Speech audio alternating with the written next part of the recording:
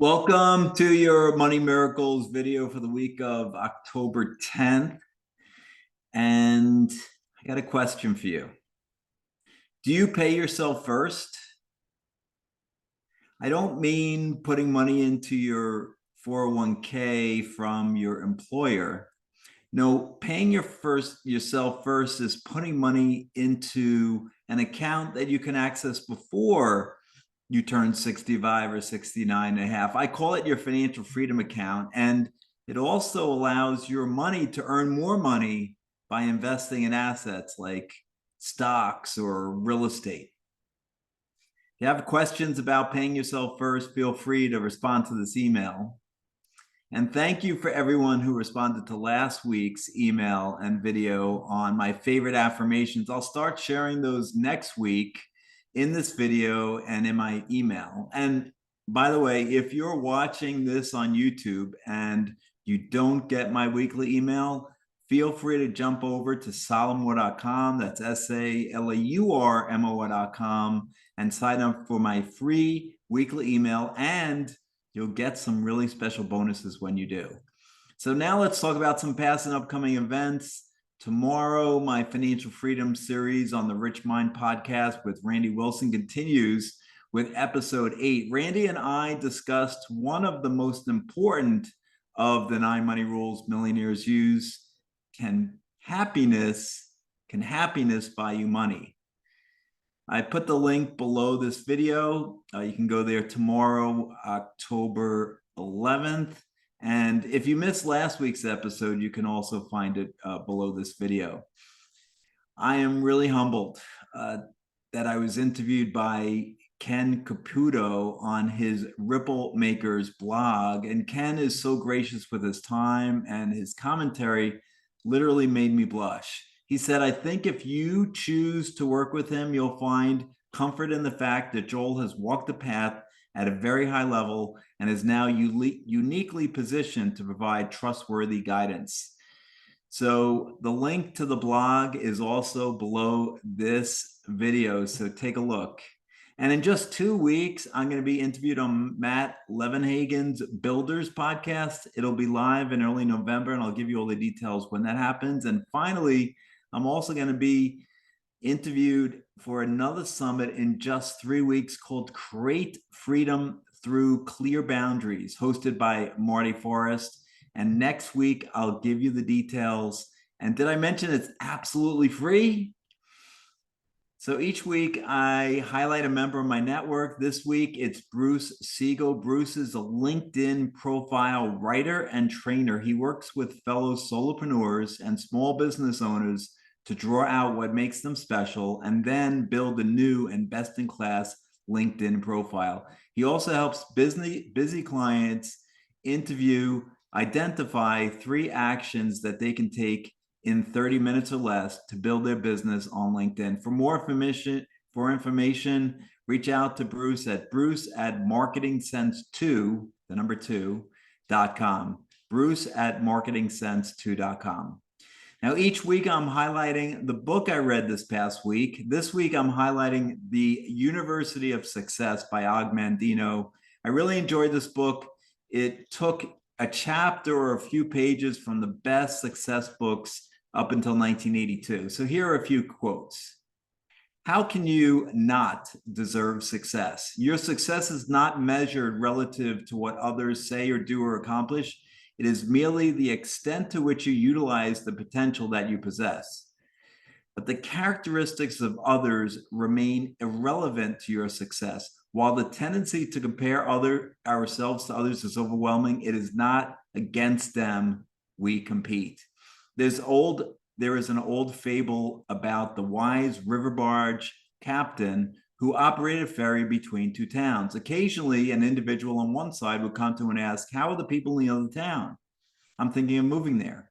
The captain, in his wisdom, would ask, how do you find the people in the town where you live now? If the person would respond by saying they're warm, kind, and friendly, the captain would say that the people in the other town were warm, kind, and friendly. If the person would respond by saying the people in his town were cruel, cold, and unfriendly, the captain would describe the new town the same way. The fable, of course, emphasizes that while we're not responsible for everyone's actions and deeds, we are responsible for how we react to others and how we react to ourselves. The responsibility for us is ours. All that a man achieves and all that he fails to achieve is the direct result of his own thoughts. A man's weakness and strength, purity and impurity are his own and not another man's. They are brought about by himself and not by another. He who has conquered weakness and has put away all selfish thoughts belongs neither to oppressor nor oppressed. He is free. Take with you all the love and energy and talent and hope that you have and share it. And when it seems that you have exhausted your supply of all the gifts you've been given, I promise you there will be more and more and more in reserve. The only limitations you will ever face will be those you place on yourself. An explorer went into the wilds of Africa and he brought two full-size mirrors. He placed these two mirrors against two different trees and then sat down to talk to some of his men about the exploration. The explorer noticed a savage approach the mirror and he saw his reflection for the first time. He began to jab at the opponent in the mirror as though he were a real savage, going through the motions of killing him. Of course, the mirror broke into bits. In the meantime, the explorer walked over to the savage and asked him why he smashed the mirror, and the native replied, "He go to kill me. I kill him first." The explorer explains the point of the mirror and how it was for seeing himself. How often do we assume the worst rather than the best? If it is inherently wrong, is it inherently wrong to be rich? Of course not. It is no more inherently wrong to acquire wealth than it is wrong not to acquire wealth if we truly don't deserve it. It's what we do with money that matters, and it's how we get it that counts. Here are Benjamin Franklin's rules. Temperance: eat not to dullness, drink not to elevation. Silence: speak not but what may benefit others or yourself. Avoid trifling conversation. 3, order: let all your things have their places. Let each part of your business have their time. Resolution: resolve to perform what you ought. Perform without fail what you resolve. 5, frugality: make no expense but to do good to others or yourself. That is, waste nothing. 6, industry: lose no time. Be always employed in something useful. Cut off all unnecessary actions. 7, sincerity: use no hurtful deceit. Think innocently and justly, and if you speak, speak accordingly. 8, justice: wrong none by doing injuries or omitting the benefits that are your duty. 9, moderation: avoid extremes. Forbear resenting injuries so much as you think you deserve. 10, cleanliness: tolerate no uncleanliness in body, clothes, or habitation. 11, tranquility: be not disturbed by trifles or accidents, common or unavoidable. 12, chastity: rarely use venery for health or offspring, never to dullness, weakness, or the injury of your own or another's peace or reputation. And 13, humility: imitate Jesus and Socrates.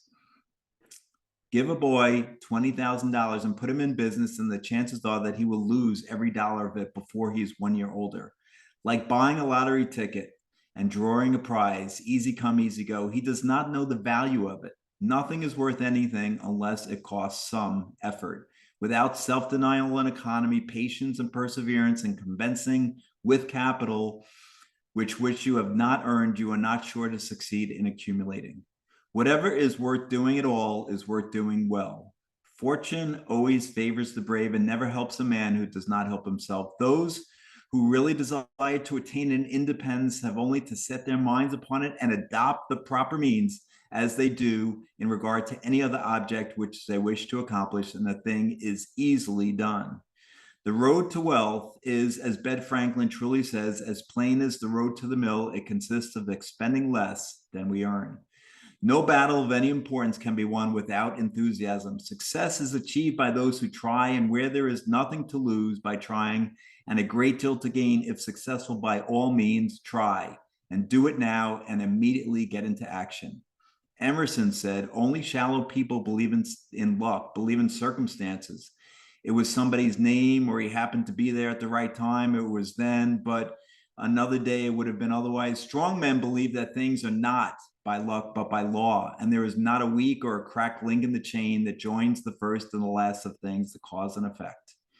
To the degree that you give others what they need, they will give you what you need. What do others need? Look well within yourself, and you will find that which exists in others. What you need, they need. What is closest to your heart emotionally is closest to theirs.